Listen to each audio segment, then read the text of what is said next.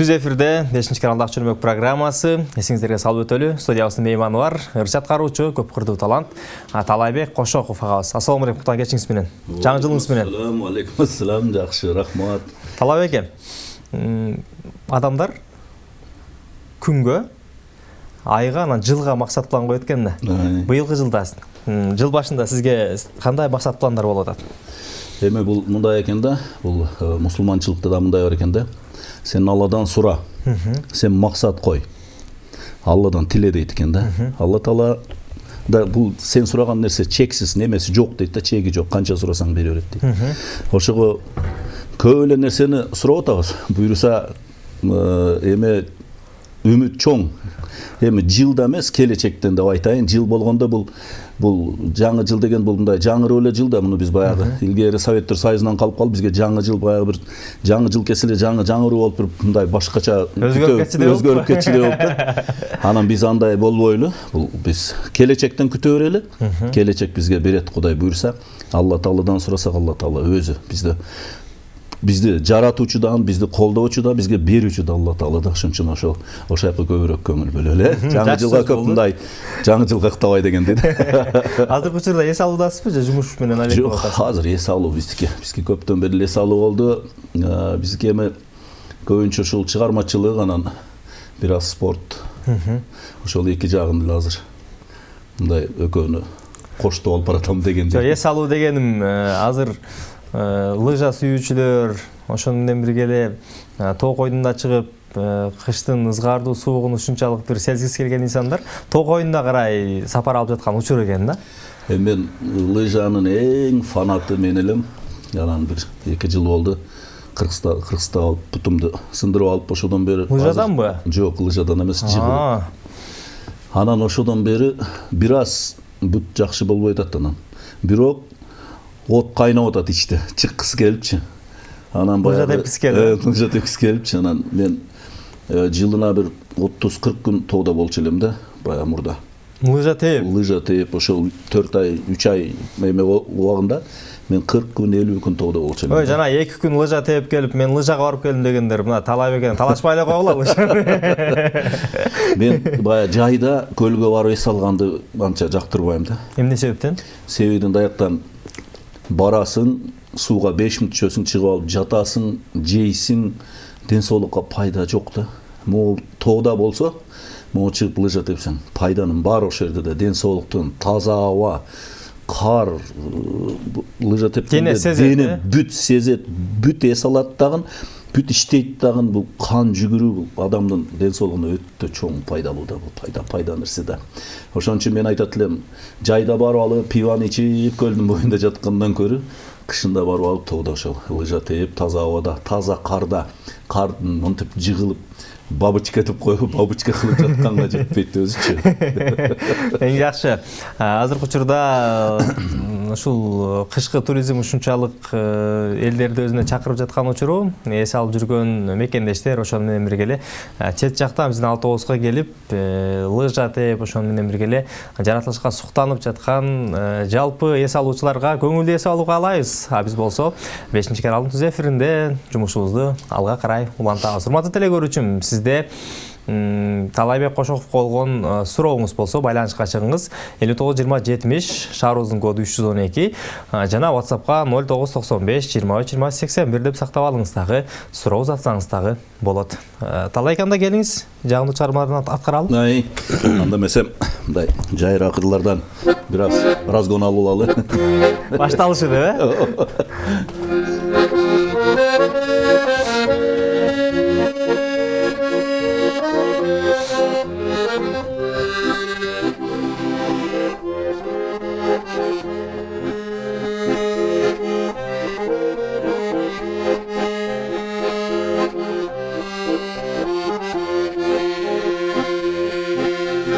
Толгонуп толкундаба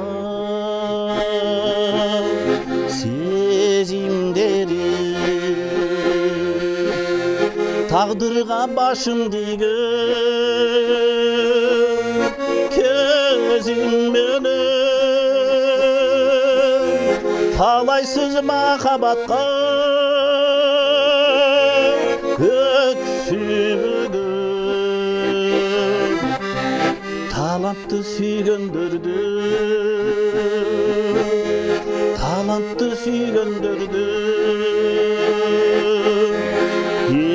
эсиндеби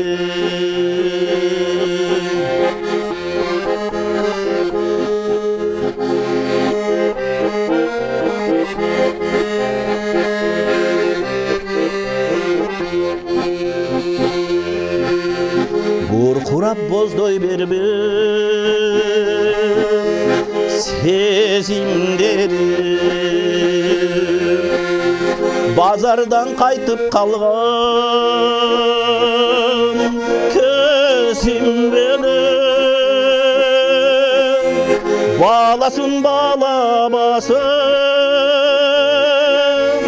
башка бири баркынды билгендердин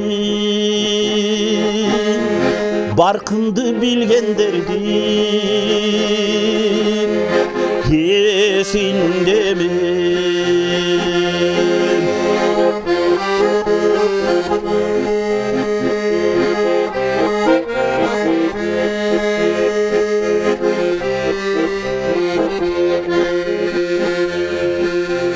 кайгырып капаланба сезимдери карайлап чарчап турган көзүм менен кааласын кааламасын башка бири кадырын билгендердин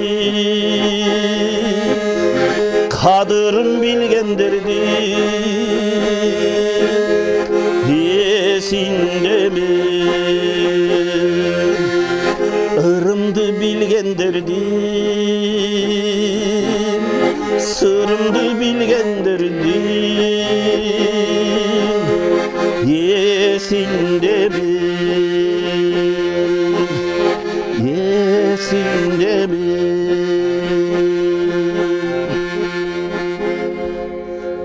Кол чаап ыраазычылык билдиребиз. Талай ага баркынды билгендердин эсиндемин деп атпайбы ырдын саптарындачы. Жашоодо азыр ар бир нерседен бар кадыр кетип атат да. Бул нерсени биз мисалы үчүн ушул жолдо бара бере турган болсок, жашоонун бир маңызы, кызыгы кетип калабы деп ойлойм да. Сиз кандай кошуласызбы ушуга? Өтө туура. Бул азыр баалуулук эмнеде болуп атат? Кичүү улууну сыйлабай калды. Илгергидей балдар ата-эне мурда айтканы болсо, ата-эне айтса балдар макул деп сөз кайтарбай аткарчу эле. Азыр балдар ата-энени башкара турган болуп калды. Биз билебиз, мына интернетте турбайбы, сиз билбейсиз муну, биз билебиз дегендей маселе болуп атат да азыр. Ата-энелер, биздин балдар ошо эмеден интернеттен таап алып ушулар билет экен деп ошого интернет айткан турбайбы деппи? Ошол ата-эне ошону жөн койгон ата-энелер өздөрү күнөөлүү болуп атат да ушугачы. Жок, мына биздин айтканды кыл, анан кийин билгениңди кыла бер. Биз айткандай болот деген маселе болбой атат да бизде. Илгери биз атаң келип мынтип карап кабагын салып койсо коркчу элек. Азыр болсо кабагын салыш эмес. Азыр катуураак сөз айтсаң түшүнбөйт дейсизби? Балдар азыр бүт, азыр бизде кандай демократия дейт. Мен чаап эле көрүңүзчү, мага катуу айтып көрүңүзчү эле, мен арызданам дегендей заман болуп келатат да азыр. Демек биз өзүбүздүн негизи нукуралуулукка кайтуу үчүн бири-бирибизге болгон сый-урматты жогорулатуубуз керек экендигине ишенесиз, кошуласыз. Биринчи кезекте биз маданиятты, өзүбүздүн маданиятты көтөрүшүбүз керек да. Маданият көтөрүлсө, ойлоймун биз өзүн тилди жоготпой, маданиятыбызды жоготпосок баары ордуна келет деп ойлойм да. Биз тилди да жоготпойбузбу? Бүт азыр биздин балдар, неберелер бүт орусча сүйлөп калбадыбы? Аларды өзүбүздүн тилди үйрөтө албай кыйналып атабыз. Эми ошону эмне кылыш керек? Көйгөй, чоң көйгөй. Муну эмне кылыш керек? Буну маданият кызматы болбосо биздин билим берүү министрлиги ошолор ушуга аябай маани берип, ушуга болгон салымын салыш керек да. Биз өзүбүздүн үрп адатты, салтты, тилди бербегенге аракет кылышыбыз керек да. Жакшы жооп болду. WhatsAppка келип түшкөн SMS билдирүүлөргө назар сала турган болсок, акыркы сандары 593 менен аяктаган абонент. Саламатсызбы? Сонун ырларды ырдап жатасыз, бирок атыңыз кандай? Башында тааныштырганда укпай калдым дейт. Жана ошондой эле азыркы учурда сизди үйдө ырларыңызды угуп жатабыз. Сиз менен кошулуп ырдап жаткан апам сизге салам жолдойт, аты Жыпара дейт. Бар болуңуз, чармачылык ийгилик каалайбыз. Ошону менен бирге эле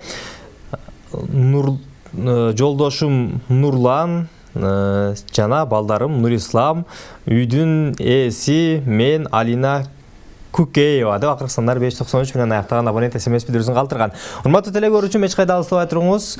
Бизде азыр кыскача жарнамалык турмөк бар. Андан кийин студиядан кайрадан жолугабыз.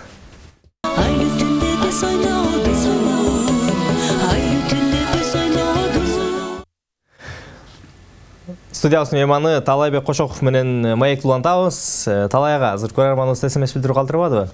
Сиздин ырларыңызды үйдө апам сизге кошулуп ырдап атат депчи. Биздин теле көрүүчү туруктуу көрөрмандарыбыз бар,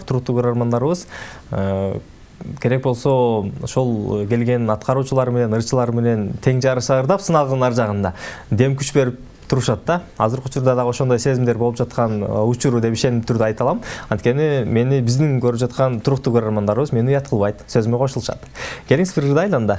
Макул ошол биздин көрөрмандар көрүп кошулуп ырдап отурса, дагы бир ырга кошулуп анда чогурдайлы эски ырлардан ырдайлы, алар билген ырлардан анан кошулуп ырдай тургандай. Баарына жага турган ырлардан. Баарына жага турган ырлардан анда. Келиңиз.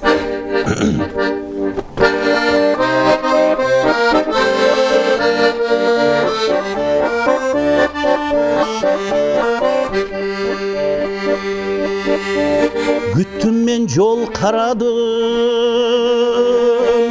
сен тараптан, төгүлгөн жанда калып кечке күттүм. Ушул жол мени жалгыз алып бараткан, бир кезде тагдырыбыз экөөбүздү.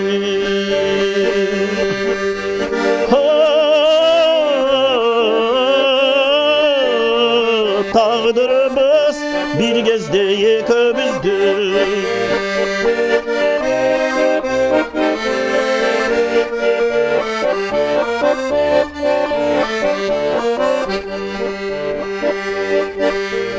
Күтүүгө үмүт болуп жаңылганмын, күтүүнү арман кылган тагдыр болду. Экөөбүз жаш шаңына бөлүнмөкпүз, өмүрдө бөлөк түшкөн биздин жолдор.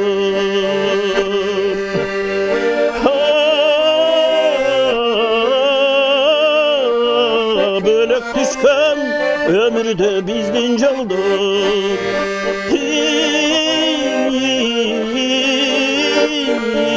Bölök düşkün ömürde bizdin joldur.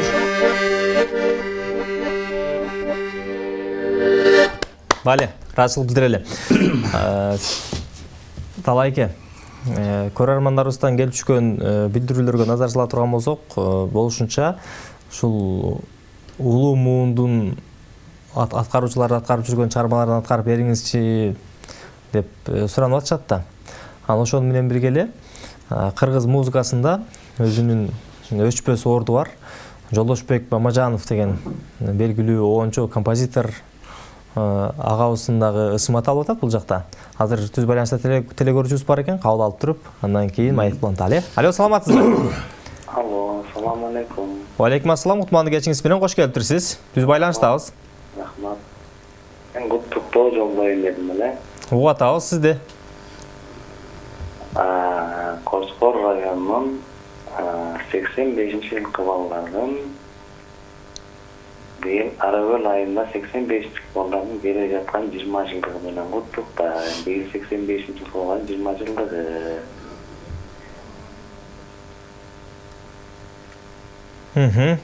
Чоң рахмат, ыраазычылык билдирели.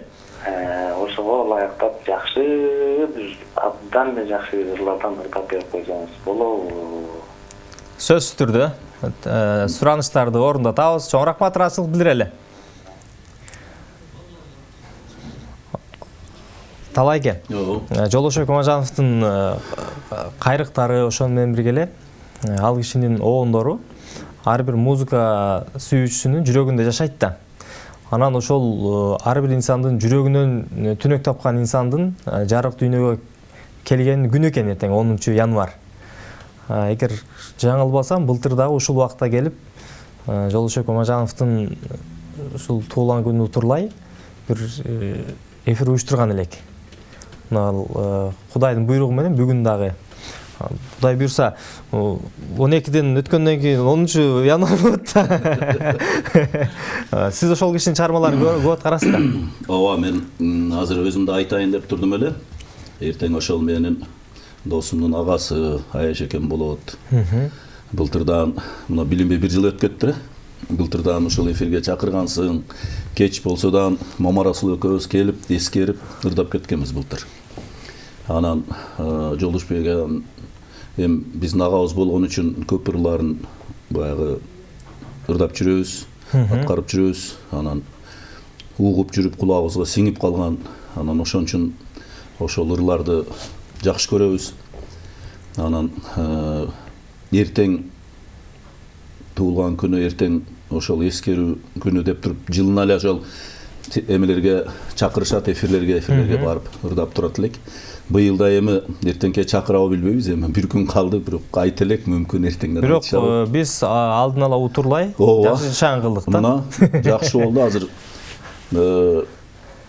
бүгүн эми мындай Жолдошбектин эмесин билбей эле мындай чогулуп калдык да, мындай алганда. Бирок келгенде эстеп, мына эртең туулган күнү, эртең ошол Жолдошбекке болгондо 71-ге чыкмак экен, Көз тирүү болгондо, Ооба. 52-чи жылкы да, ошондо ошо 71-ге чыкмак экен. Ошол анда эмесем жанакы эмелерди дагы 85-жылкылардын 20 жылдыгы менен да ушул учур менен пайдаланып куттуктап кетели. Алардан ошол 20 жылдыгын жакшы өткөзүшүн, билинбей алар деле көз ирмемде 20 жыл өткөн билбей калышты окшойт. Эми азыр чогулуп бири-биrini көрүп, сүйүнүшүп, кечеги жаш балдар чоң кишилер болуп, токтолуу, када күтүп, мында карап бири-биринен сынашып, карашып. Анан кийин классташтарым астта көрүнүп калайын деп жаңы машиналарды айдап барышып, көрүнүшүп дегенде. Тамаша албетте. Талайке. Биздин эфирдин программанын эрежесине ылайык дүйшөмбү, шаршемби күндөр эфирге чыгабыз да.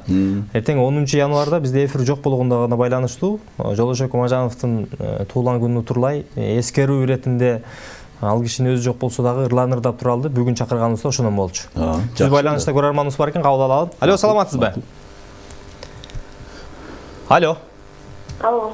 Кутмандуу кечиңиз менен кош келиптирсиз, түз байланыштабыз. Алло, саламатсыздарбы?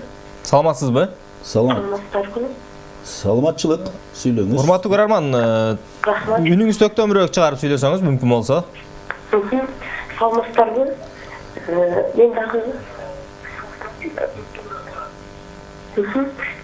Талайбек Кушуковду куттуктап кетким келди. Агайга чыгармачылык ийгиликтерди каалайбыз. Ырларыны жакшы угабыз, талантына таазим этпейбиз. Биз кыркайдан чыгып жатабыз. Чоң рахмат, ыраазычылык билдирели. Чоң рахмат, ыраазычылык билдирели. Агайга десек, тилекке каршы бирди күткөнүп калды. Майрамбек Осмоновдун бир айткан сөзү эске келип атат да. 1-2 жаш улуу болсоң байке дешет экен дейт да Майрамбекечи. Анан бир аз жашың улугап түшкөндөн кийин байке эмес агай деп сүйлөп башташат экен депчи. Анда дагы өзүңдүн бир аз мындай карап ыңгайсыз сезип, Анан бир аз эле жашың дагы улайга түшкөндө карасаң, жанагылар сени ата деп кайрылып калат экен депчи. Келип түшкөн SMS билдирүүлөргө назар сала турган болсок, акыркы сандары 988 менен аяктаган абонент. Талайга чыгармачылык ийгилик каалаймын. Кудай берген таланттуу инсан экенсиз. Өзүңүз эң жакшы көргөн чыгармалардан ырдап бериңизчи. Жана суранат элем Жолдошбек Камажановдун ырларынан деп акыркы сандары 988 менен аяктаган абонент SMS билдирүүсүн калтырган. Ассаламу алейкум байке. Чыгармачылык ийгилик каалаймын. Жакшы ырдайт экенсиз. Бар болуңуз. Чындыгында улуу муунду биз жаштар барктабасак келечектен ошону эле үмүт кылып күтө берсек болот. Ошон үчүн ар бирибиз улууларды сыйлаганды, урматтаганды үйрөнүшүбүз шарт. Туура айтты байке деп акыркы сандары 423 менен аяктаган абонент SMS билдирүүсүн калтырган. Саламатсыздарбы? 5-канал ишиңиздерге ийгилик. Ошондой эле бүгүнкү эфирдин мейманы Талайбек Кошоковду чын жүрөктөн куттуктаймын. Бар болуңуз. Чыгармачылык, ийгилик, бийликтиктерди каалаймын. Мүмкүн болсо жакшы ырлардан жалпы көрөрмандарга ыр белек кылып коесузбу деп акыркы сандары 820 менен аяктаган абонент SMS билдирүүсүн калтырган. Түз байланышта көрөрманыбыз бар. Алло, саламатсызбы? Алло, салам алейкум. Ва алейкум ассалам, кош келиптирсиз. Саламатсыздарбы? Денсаулыктар жакшыбы? Кудайга шүгүр, кош келиптирсиз. Мүмкүн болсо сыналгын үнүн бир аз акырындатып алыңыз. Телефон неме кылып? Телефон. Неме болсо мен апам тубагын эле дейм теге. Уйнатпайм. Анан кийин ошону бир мына жигиттерди жакшы тааныйбыз, ошо күч кубат берип сөзөйт. Анан 5-каналда патсайын жакшы көрөбүз, сыйлайбыз. Ошо мен апам мына сөз денсаулыгы мен деп жакшы болсо, ошо бир Франц этеге турган эле. Бир сурап неме койсоңор жакшы болот деп куттап. Анан апам азыр жатып алып турат, жакшы калышы жок болот го. Чоң рахмат, ыраазычылык билдирели. Бүгүнкү күндүн эсебинен өзүнүн өздүк майрамын үйүндө жакшылык өткөзүп жаткан жалпы мекендештерибизди куттуктайбыз. Анан көрөрмандардын эсине дагы бир жолу салып өтөлү. 2023-жылдын эсебинен бүгүн биринчи жолку алгачкы эфир издеп атпайбызбы? Акчонбек 5-канал Акчонбек программасы. Ошону менен бирге эле эфирдин эрежелери мурдагыдай эле биздин студиябыздын келген коногуна сурооңуз же каалоо тилегиңиз болсо жаңыртсаңыз болот. Жана ошондой эле сиздин кайсы бир жакыныңыздын же болбосо тууганыңыздын өздүк майрамы же кандайдыр бир белгилүү күндөр болуп жаткан болсо, тилекке каршы 5-канал Акчонбек программасынан куттуктап же болбосо ал кишилер менен байланышканга бизде мүмкүнчүлүк түзүлгөн эмес, эфирдин эрежесине ылайык. Андыктан барыңыздардан ыңгайсыздык үчүн кечирим сурайбыз. Жана ошондой эле келип түшкөн SMS билдирүүлөргө назар салабыз. Кутмандуу кечиңиздер менен Талайбек Кошоков сизге чыгармачылык ийгилик каалаймын. Жана ошондой эле ар бир жасаган ишиңизге ийгилик болсун. Сизди сыйлаймын. Жакшы чыгармаларды ырдап берип коюңузчу, суранат элек дейт. Саламатсызбы? Талантыңыз өркүндөй берсин. Ийгилик каалайбыз деп акыркы сандары 494 менен аяктаган абонент SMS билдирүүсүн калтырган. Кутмандуу кечиңиздер менен үнүңүзгө береке, көбүрөөк ырдап бериңизчи дейт. Төлөйкан айылынан салам жолдоймун, бар болуңуз. Сизди аябай бир кишиге окшоштуруп жатамын. Эгер окуй берейин, Жанарбек Кыдыралиев менен бир тууган эмессизби дейт. Акыркы сандары 244 менен аяктаган абонент. Жок, Жанарбек Кыдыралиевди эстей албай атам. Тууганчылыгым жок, ошон үчүн эстей албай атат окшоймун. Эми кыргыздар бири-бирине окшош эмелери бар, мүнөздөрү бар. Мында келбеттери деле окшош да кыргыздар бар бири-бирине. Мүмкүн окшоштурубуз мүмкүн. Түз байланышта көрөрманыбыз бар. Алло, саламатсызбы? Саламатсызбы? Саламатсызбы? Кутмандуу кечиңиз менен кош келиптирсиз. Түз байланыштабыз. Биз Талай байкени куттуктап нокаттан көрүп отурабыз. Кош келиптирсиз. Талай байкени куттуктап чалып атканбыз айымдан. Рахмат. Түз байланыштабыз. Саламатсызбы? Салам алейкум, салам алейкум. Талай байкени куттуктап зоонак болуп чалып атканбыз айымдан.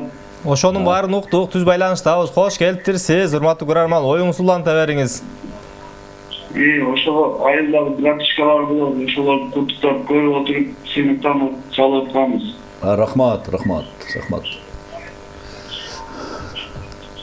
Чоң рахмат, Рашылов Билерел, урматтуу көрөрман, бизде азыр кыскача жарнамалык түрмөк бар. Эч кайда алсамай жок.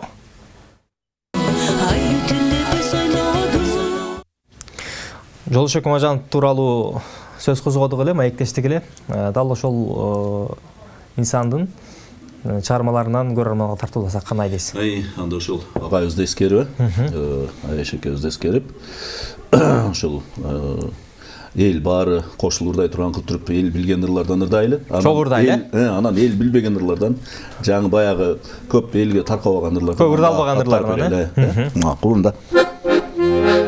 Жазым келчин анда.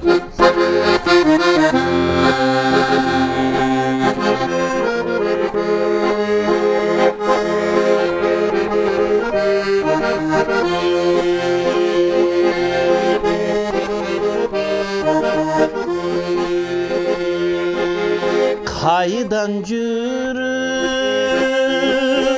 сага кабылдым, карегиңде барбы жалынып, жанды эргитип жумшак күлгөнүң, жарыгыбы аткан таңымды, жанды эргитип жумшак күлгөнүң, жарыгыбы аткан таңымды.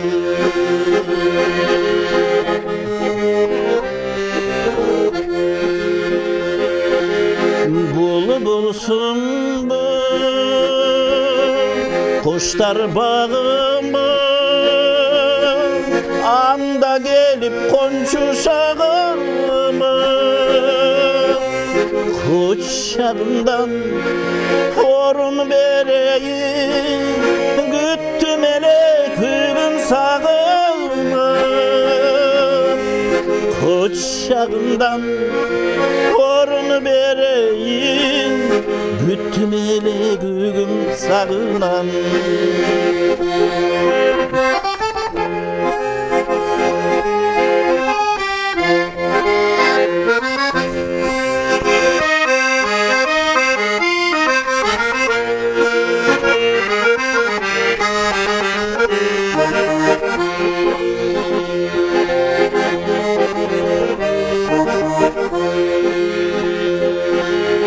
Kılıgırasın canım mınçalı, kirpiginden sırılınır damım. Yazım bolsun cıparındı çöl, cadırasın canım tınçalı. Yazım bolsun cıparındı çöl, cadırasın canım tınçalı, cadırasın canım tınçalı.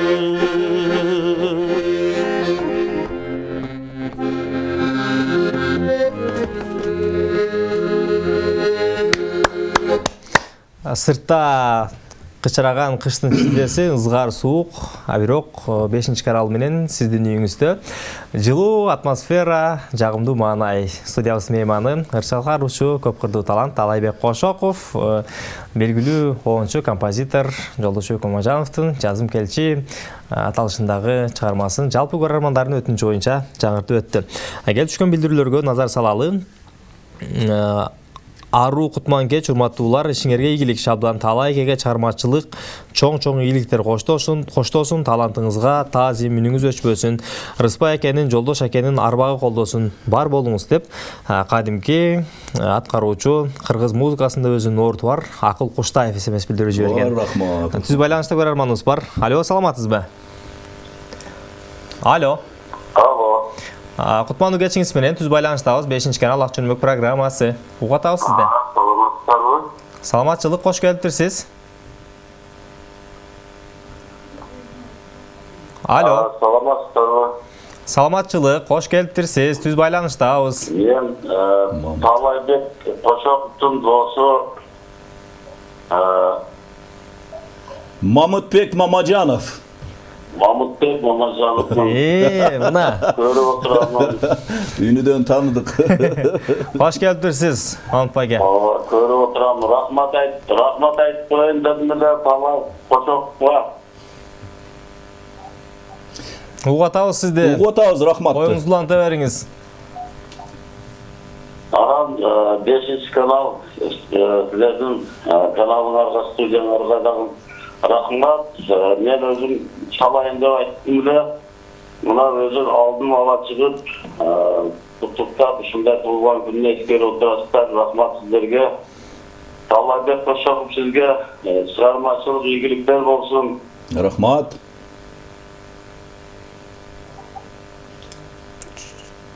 Çoğun rahmat, Rasul bildireli. Бар болыңыз. Rahmat, salamat bolunuzlar, tez bolunuzlar. Rahmat, Allah razı olsun. Çoğun rahmat, бар болыңыз. Келип түшкөн билдирүүлөр бар.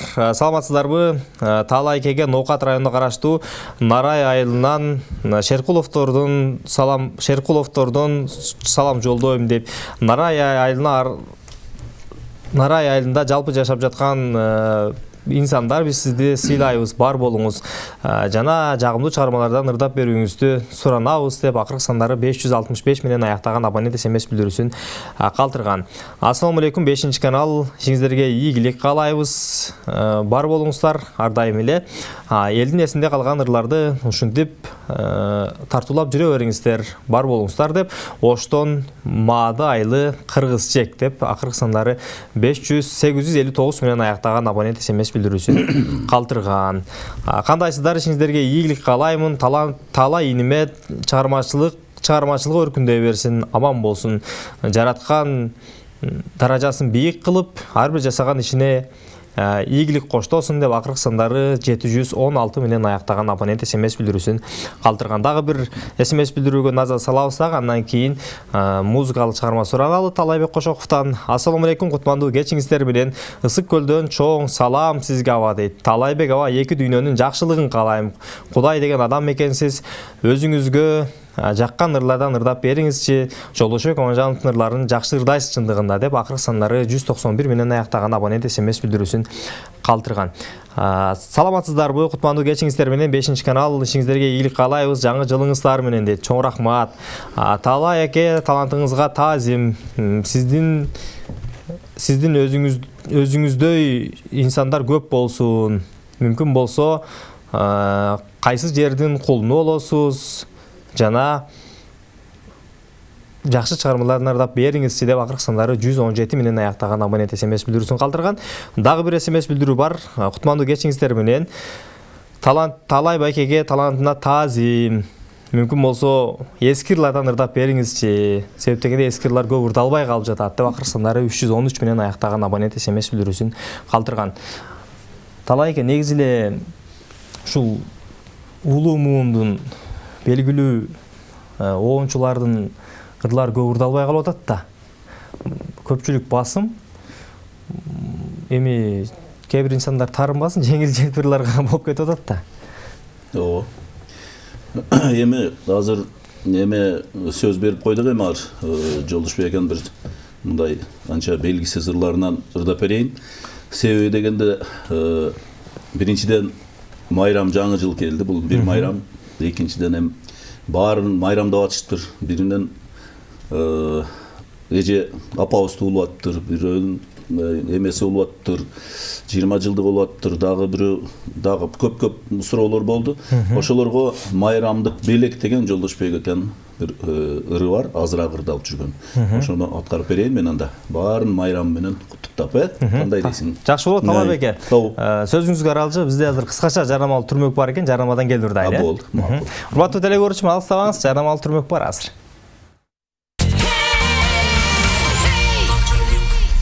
Республикасынын Кыргыз Республикасынын эмгек сиңирген артисти Майрамбек Осмоновдон болгон жакшы аталышындагы жагымдуу чыгарма жаңырды. Ошол менен бирге эле ар бир үйдө жакшылык жишаны гана болуп турсун деп тилек айталы. Сиз 5 каналда Акчөнбөк программасын көрүп жатасыз. Жалпыңыздарга кутмандуу кеч дейли. Студиябыздын мейманы ырчы аткаруучу көп кырдуу талант Талайбек Кошоков агабыз. Талайга Жолошо Коможановдун чыгармаларынан ырдайбыз деп убада бердик эле. Дал ошол чыгарманы аткарып бере келиңиз. Макул азыр майрамдык белек деген ырын аткарып берели. Бүгүн күн эсебинен кимде ким өздүк майрам белгилеп жаткан болсо, же үйүңүздө кандайдыр бир жакшылык болуп жаткан болсо, бул чыгарма дал ошол инсандарга арналат. Туура айттымбы? Ооба. Кеттик анда. Эми ушуну жакындан бери репертуарга киргизип жүрөм. Аракет кылайын толук ырдап бергенге. Сөзүн бир жатталып бир аракет кылайлы. Кеттик анда. Чоң ырдайбыз. Астын алдыңа айтып коеюн.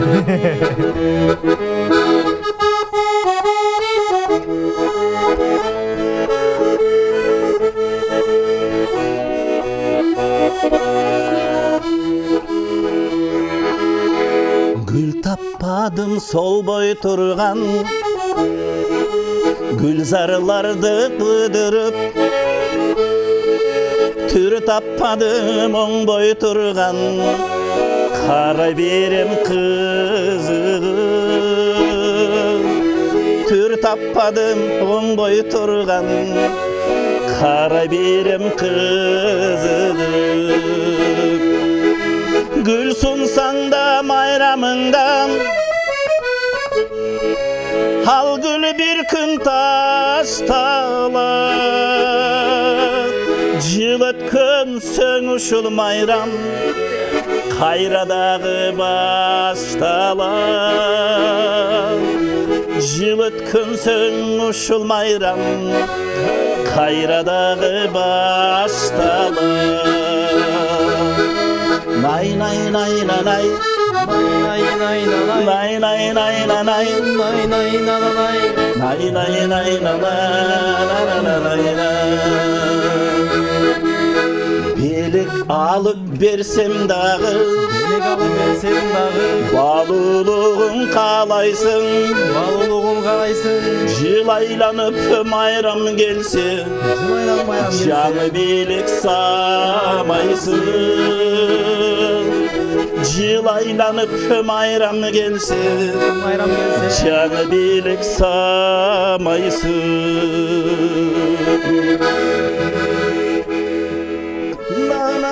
Belegindin kıpkıdırıp tabamdı, gündür gelip cebol bulsun, belek vermey kalandı. Gündür gelip cebol bulsun, belek vermey kalandı. Nay nay nay nay nay, nay nay nay nay nay, nay nay nay nay nay. Artık görüp beleklerden sezim gülün arnadım, ırdap perem kapa bol bol, mayram sayın ardağı. Irdap perem kapa bol bol, mayram sayın ardağı. Gül izlemey gülzarlardan, taptım okşay közündü. Irdap perem kapa bol bol, mayram sayın ardağı. Irdap perem kapa bol bol, mayram sayın ardağı. Gül izlemey gülzarlardan, taptım okşay gözündü. Irdap perem kapa bol bol, mayram sayın ardağı. Irdap perem kapa bol bol, mayram sayın ardağı. Nay nay nay nay nay, Na na na nay na nay, nay nay nay nay nay, nay nay nay nay nay, nay nay nay. nay nay nay nay nay, Нанай, мен ырлардын ушундай жерине кошулганын жакшы көрөм да. Урматтуу телекөрүүчү, эч кайда алыстабай туруңуз. Дал ушундай маанай менен эфирибизди алга карай улайбыз. Азыр кыскача жардамалуу түрмөккө барып келели.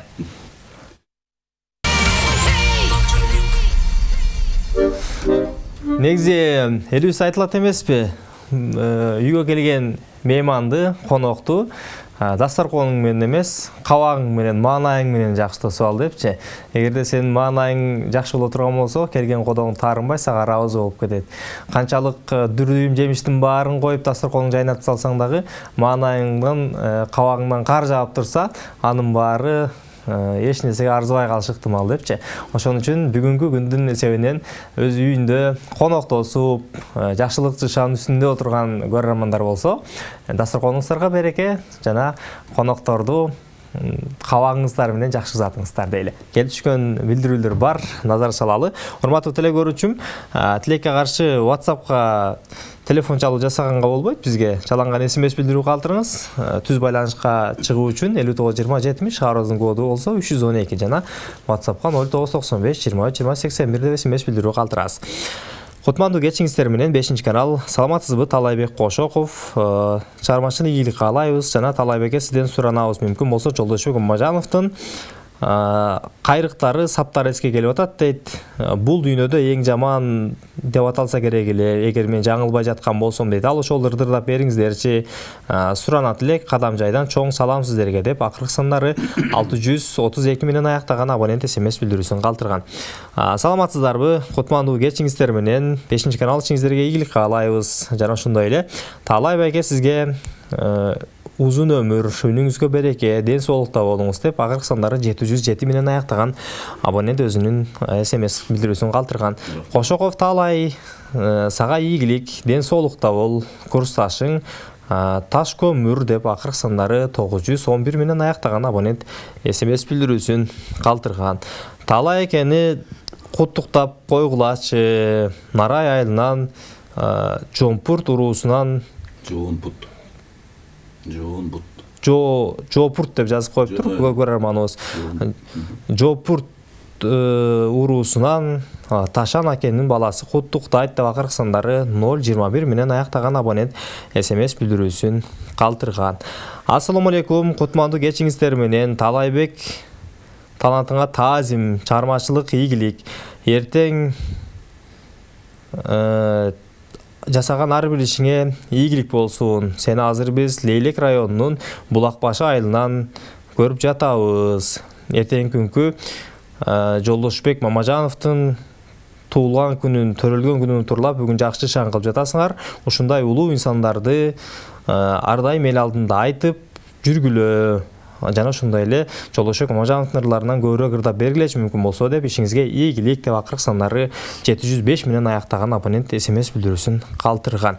Саламатсыздарбы? 5-канал ишиңиздерге ийгилик каалайбыз. Талай байке бар болуңуз, ысык көлдөн, талды суудан деп акыркы сандары 707 менен аяктаган абонент SMS билдирүүсүн калтырган. Анда Жолдошбек Мамажановдун кайсы чыгармасын ырдайлы? Азыр SMS-тен бири суранып кетти, ойлоп көрсөм деген ырды аткарып берелен да. Жолдошбек Мамажанов. Жаман ошо ойлоп көрсөм аталышы. Аты ырдын аталышы ойлоп көрсөм деген. Анда ошону аракет кылайлы, аткарып бергенге. Жакшы болот.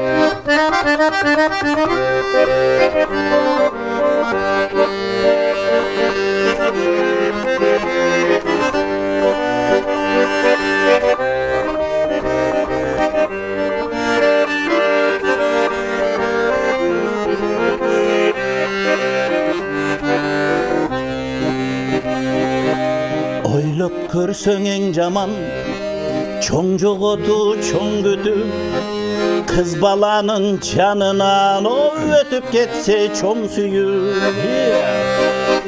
Жаман не жаман, бул дүйнөдө эң жаман, сүйгүтү сагынуу, айрылуу жаман. Ол жаман не жаман, бул дүйнөдө эң жаман, сүйгүтү сагынуу, айрылуу жаман. Ойлоп көрсөң эң жаман, жүрсө күтүп сүйүнүп, сезбей қалсаң жаш жігіт ай келгендігін сүйініп. Жаман жаман не жаман, бұл дүниеде ең жаман, сүйгүтү сагынуу айрылуу жаман.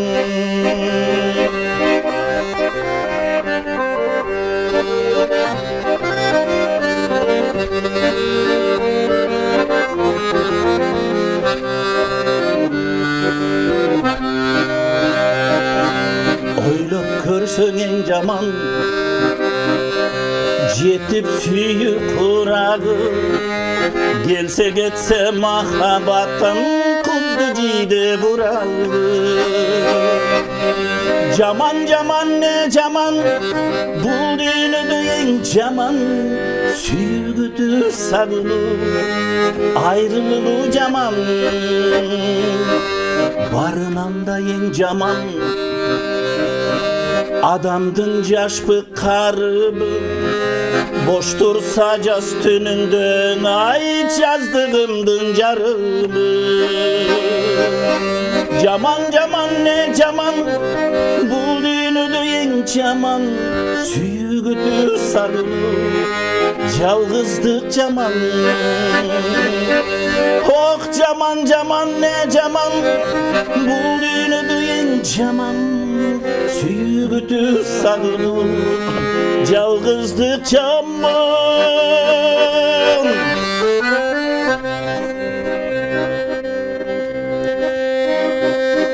Бали, кол чабалы. Турмуштун, жашоонун эрежесин акындар, оончулар негизи 4 сапыр менен же болбосо кыска кайрык менен гана жеткизип коет эмеспи. Бирок сакалдын айткан сөзү эске келип атат. Эгерде атанын багын, атанын жерин бала карабай кетсе, ошол эң жаман деп айтты эле да. Ата жайды таштап кеткен бала эң жаман депчи. Атанын өстүргөн багын, атанын берген тарбиясын албай кеткен бала эң жаман деп айтты эле. Ошон үчүн элибиздин, журтубуздун каада салтын, үрп адатын биз жаштар кандай улуумун бизге кандай тарбия берген болсо, ошол бойдон келечек муңга өткөзүп берүүгө милдеттүүбүз деп ишенип түрдө айталы. Ошол менен бирге эле Жолдошбек Мамажановдун ырларын тыңдап атпайсызбы? Негизи көп аткаруучулар бар да. Эми ачык айталы да. Анан кайсы бир оончунун ырын жакшы сыртайт, бирок башка оончуларга келгенде ошол ыр менен жашай албайт да. Бирок салыштырып келгенде Жолдошбек Мамажановдун ырларын, көпчүлүк ырларын сиз дээрине жеткизип ырдайсыз да. Өтө мактап бербедиң. Чын мен кете берейин деп койбойсуз. Анан образга кирип алып мен эле айткам. Эфир бүтүп калса кеттим депчи. Анан жакшы ырдаган ырбал. Эмне болгон буга деп жүрүшпөсүн анан кийин. Чыгармага эми эле келди, кичине мындай турса болот эле деген. Эртерээк айтып алган жокпу деп. Мен өзүмдүн оюмду айтып атам да, салыштырыпчы. Эми биз эми билбейм, ушул жаштыгыбыздан угуп кулагыбызга сиңип калган үчүнбү, ушул ырларына көбүрөөк жаштыгыбыздан ырдап калган үчүнбү, ушул биз эми ушул Жолдошбек экенин ырларына көбүрөөк эми анан көпчүлүк мына элге, биздин достор, биздин курактууларга ушул көпчүлүгүнө жаккан үчүн көп ырдап жүрөбүз да. Анан азыркы жаңы чыккан ырларды чын айтсам жакшы билбейм делечи мен. Эмне себептен билбейсиз? Азыр жаштар укуңуз келбей же жок, мен алардай аткара албайм мен анчы. Алар өтө оондорун татаал кылып алганбы билбейм эчеле. Ошону өтө мындай билбейм, аткара албайм но дейм да андай ырларды. Ал ырлар менен жашай албайм деген турасыз. Жашай албайм десе мен да капа болуп жүрбөсүм. Аткара албайм эле деп коеюнчу, аткара албайм деп. Анан биз эми баягы ошол улуу айткандай улуу муундар өтө күчтүү, азыр эстен чыкпас оончулар Асанкалы Керимбаев, Жолдошбек Мамажанов, Рыспай Абдыкадыров, Түгөлбай Казаков, Бабарашан Тургунбаев, эми көп ырчылар бар. Эми алардын ырларын баарын бирден болсо да баарын ырын билебиз. Ошон үчүн ал залкар ырлардын ырдабай койгон өзү чыгармачыл адамга туура эмес болсо керек деп ойлойм. Ошон үчүн ар бир оончунун бирден ырын жок дегенде билиш керек деп ойлойм да. Анан биз баягы жаштыгыбыздан өсүп келген биздин агабыздын көбүрөөк билебиз. Анан калган оончулардын ырларын азырактан эми Ырысбай аке, Асанкалы Керимбаевдардын ырларын көбүрөөк билебиз. Түгөлбай Казактын ырларынан көбүрөөк билебиз эми 3-4 деп. Анан башка оончулар капа болбосун, бирок Майрамбектин ырларын көп билемин мен. Осмоновдун себеби энди экөөбүз эң жакын ага инебиз. Анан экөөбүз байланышыбыз аябай тыгыз. Анан мага өзүмө жеке ырдап жүрүңүз деп 2-3 ыр жазып берген. Өзүнүн уруксаты менен. Өзү жазып мага берген, өзүнүн уруксатын эмес, өзү атайын сизге атайлап арнап мына шуну эрдик кылган Майрамбек. Ал өзү мындай мындай эме көрүнөт го, мындай эметип жүрсө баары бул текеберде ойлойт да. Бирок андай бала эмес да, бул мындай кичпей бала. Адам алтын эле Майрамбек деп койбойт.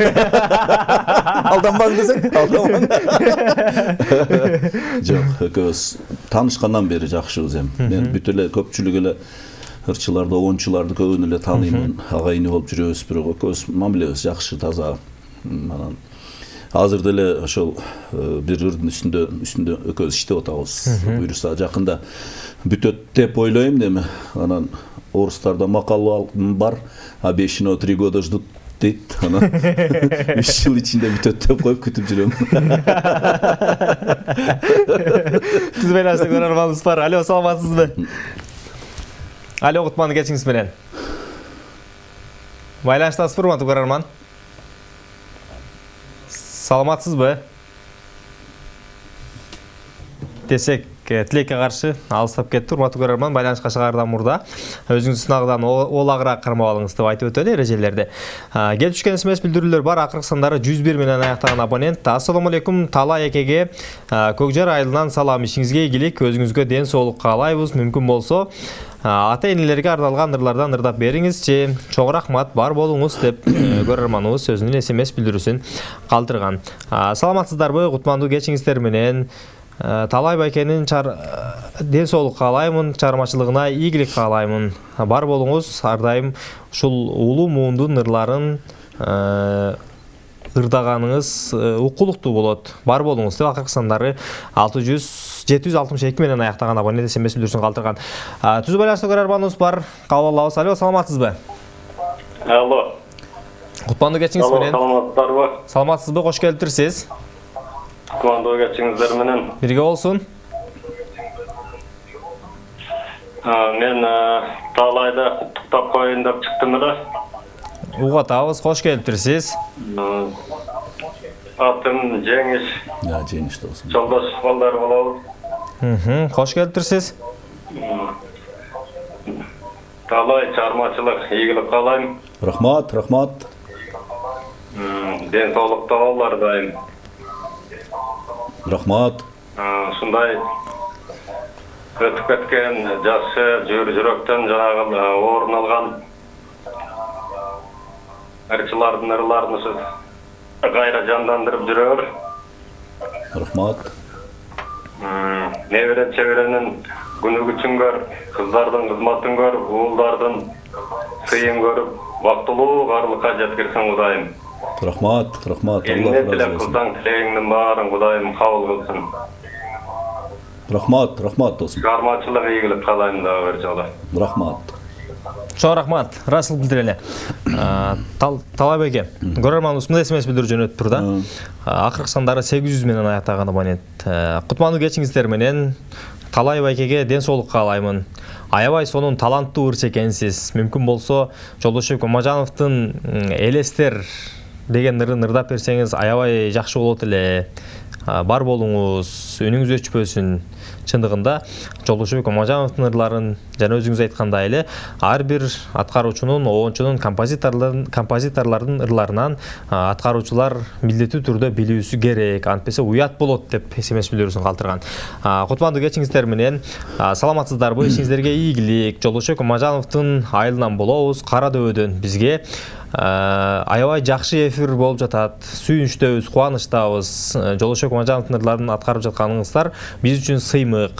Талай байке ден соолукта болуңуз, бар болуңуз деп акыркы сандары 011 менен аяктаган абонент смс билдирүүсүн калтырган.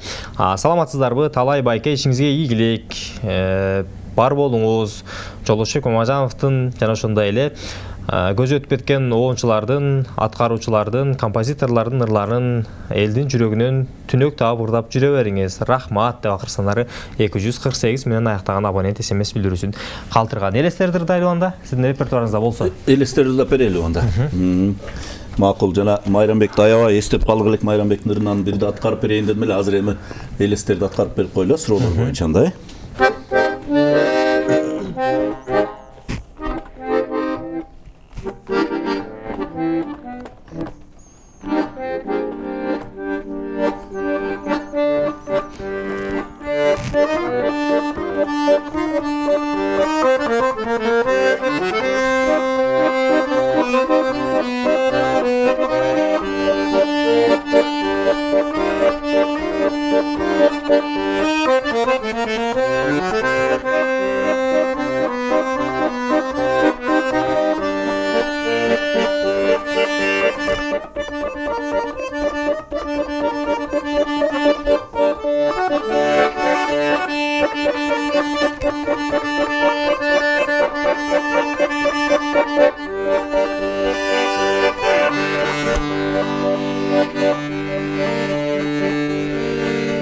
Sen meni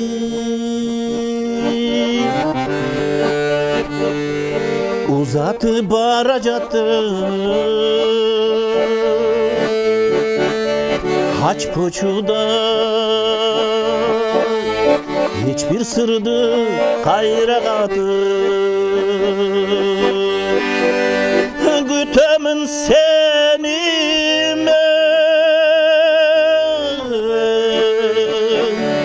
Güttürbey gelçiyse Arjıl gütüp joldorundu Sağındım seni Sağındım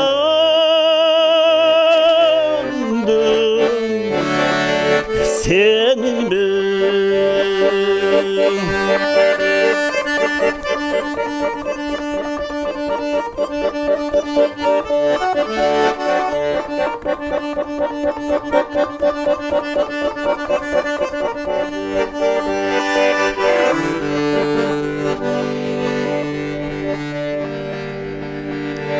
Biz yürüdük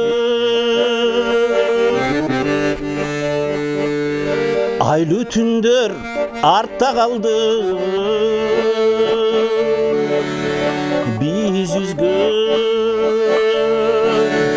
Cipar güldür catta kaldı Gütemin seni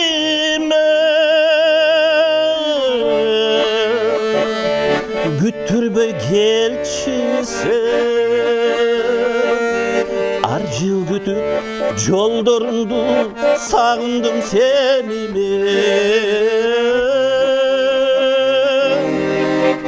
Sağındım seni Sağındım seni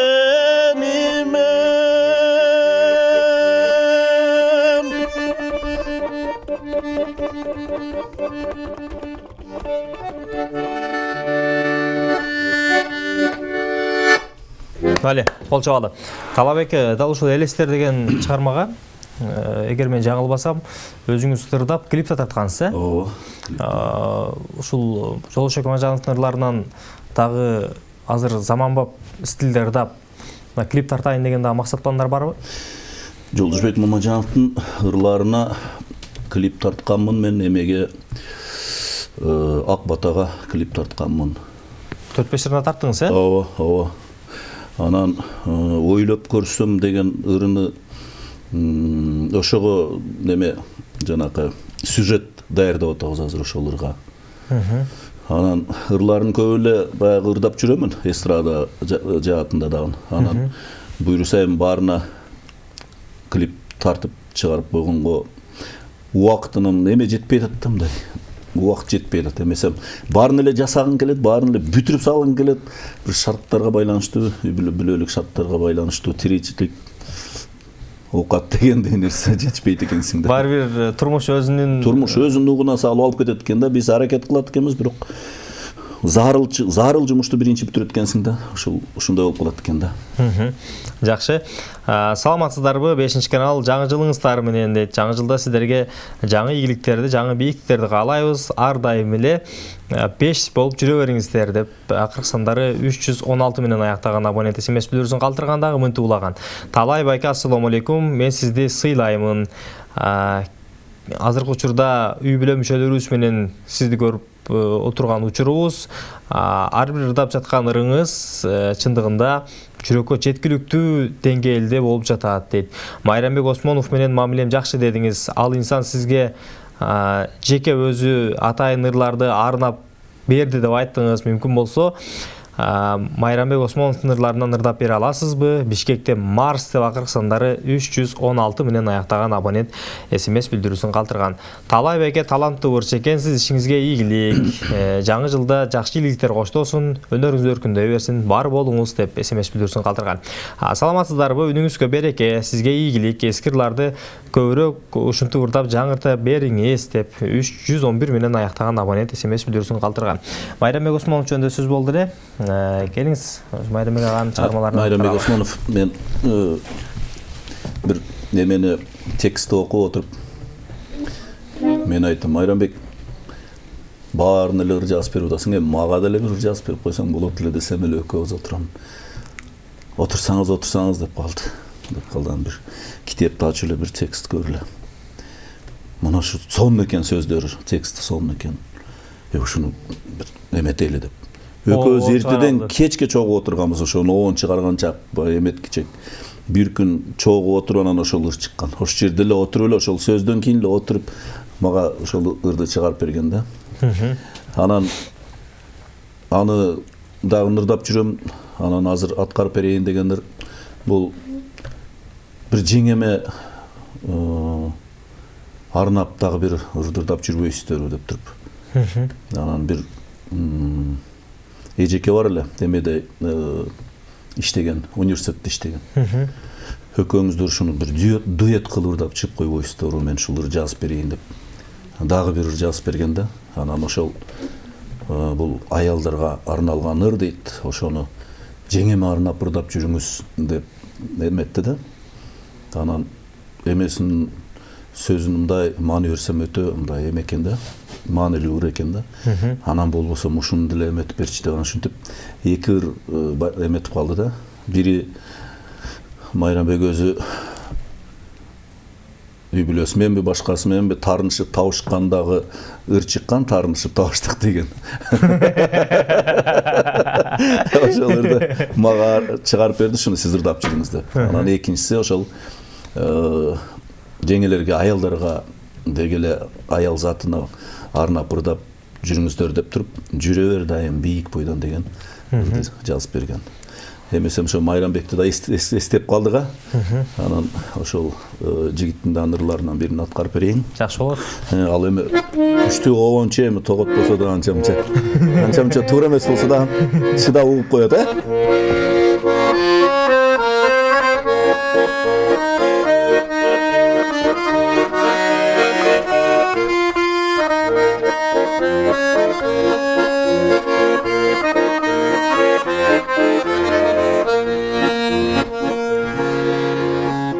İzdebey men бакытты башка жардан, айбыкпай жолду тоскон аска жардан. Жөнөдүм сен аттуу бир бийиктикке, анткени мага артыксың башкалардан. Turmuşta basıp ötkün yollarında, elette ceb alıp olsun borborunda. Yolukkan ne bir arı selkilerde, barınan özgö çörük bolğanında, barınan özgö çörük bolğanında.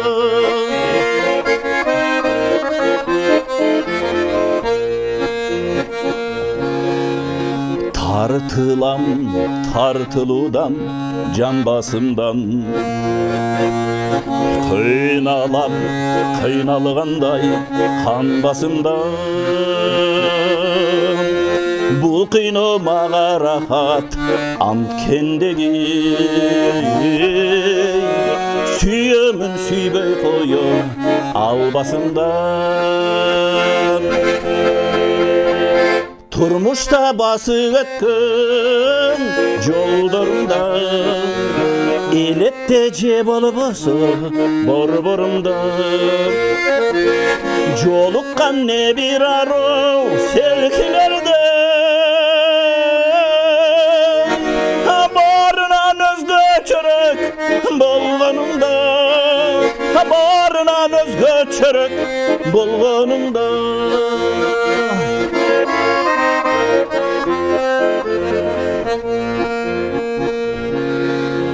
Körümün kündü tağdır çöyüp koyğum Men şakmın möbösün sayıp koyğum Jürökö izlep tapkız dabın dönüp Jüre ver dayım mağa biyik foydu Turmuşta bası ötkün yollarında Elette cebal bası borborunda Jolukkan ne bir arı sevkilerde Barınan özgü çörek bolganımda Barınan özgü çörek bolganımda Barınan özgü çörek bolganımda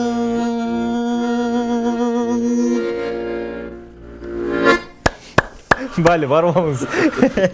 Ырдап атканыңызда баягы көз алдыңа аял затынын ажары, сулуулугу, аярлыгы эскимдай көз алдыңа тартылат экен да. Ооба.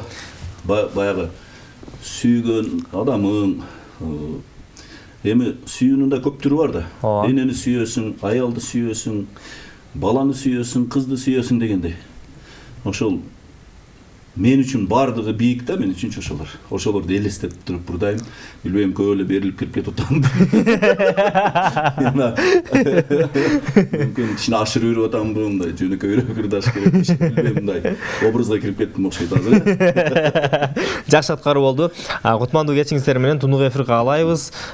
Талайбек Кошоков бар болуңуз, чарманчылык ийгилик, эң башкысы ден соолук. Урматтуу 5 каналдын жалпы жамааты ишиңизерге ийгилик болсун.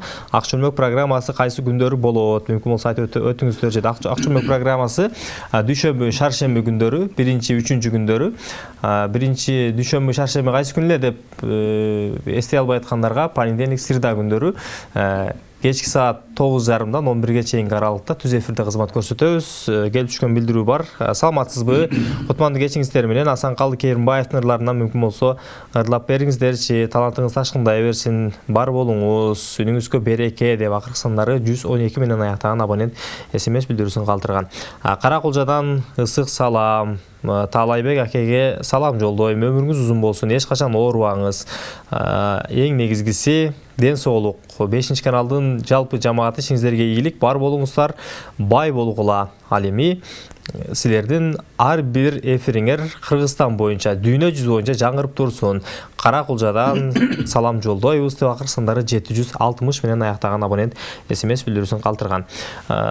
Талайбек бизге бөлүнгөн эфирдин убакыты соңуна келип калды. Мүмкүн болсо бир чыгарма менен эфир жыйынтыктайлы.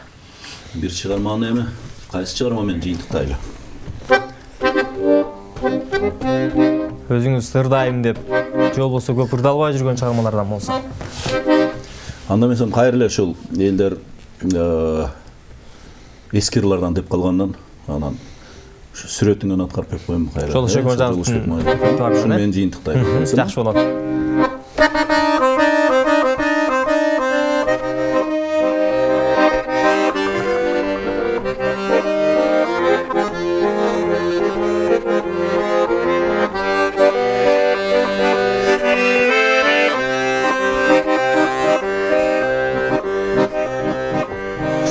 ата деп өзің бергені жалғыз сүріп сақталып ошол бойдон менде жүріп тиктешин тамашалап турганыңда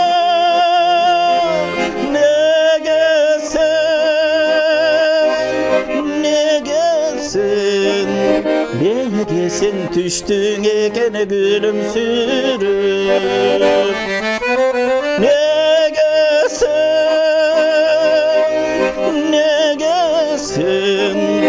неге сен түштүң экен күлүмсүрүп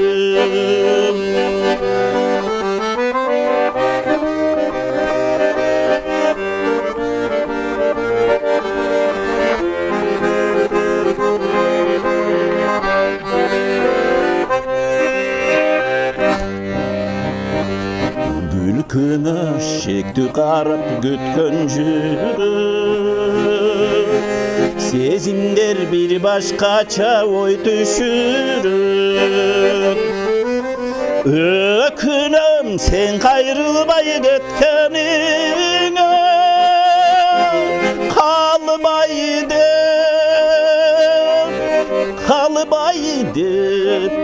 қалыбай деп еч болбосо беттен бирip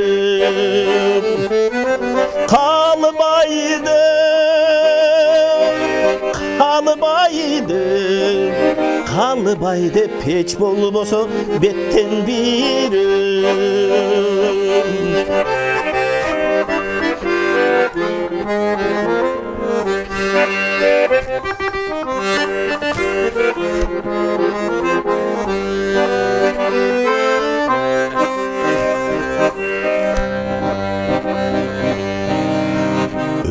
Öpödüm meyli öpöyün ökünüçkü Meni aldap tüşüm okşop kettin canım Bayqatpay murdakıday жүргөндүрсүn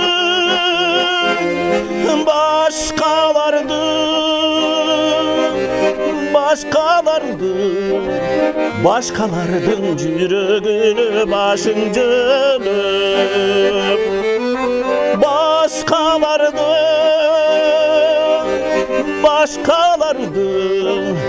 Başkalardın жүрөгүнө башың жөнөp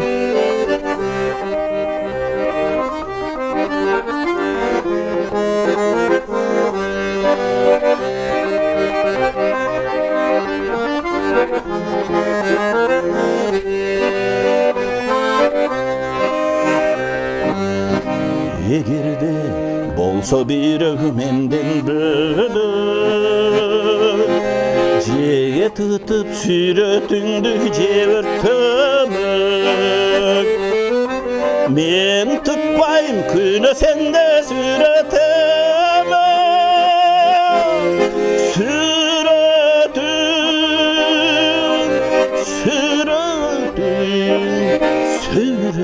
жүрө берсин күлүмсүрүп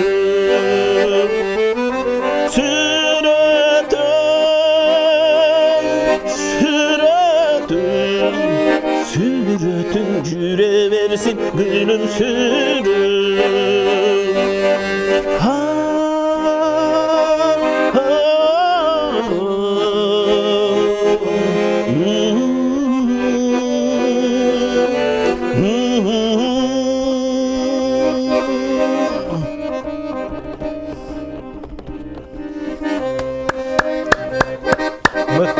Керемет аткаруу, студиябыздын мейманы ырчы аткаруучу көп кырдуу талант Талайбек Кошоков болду.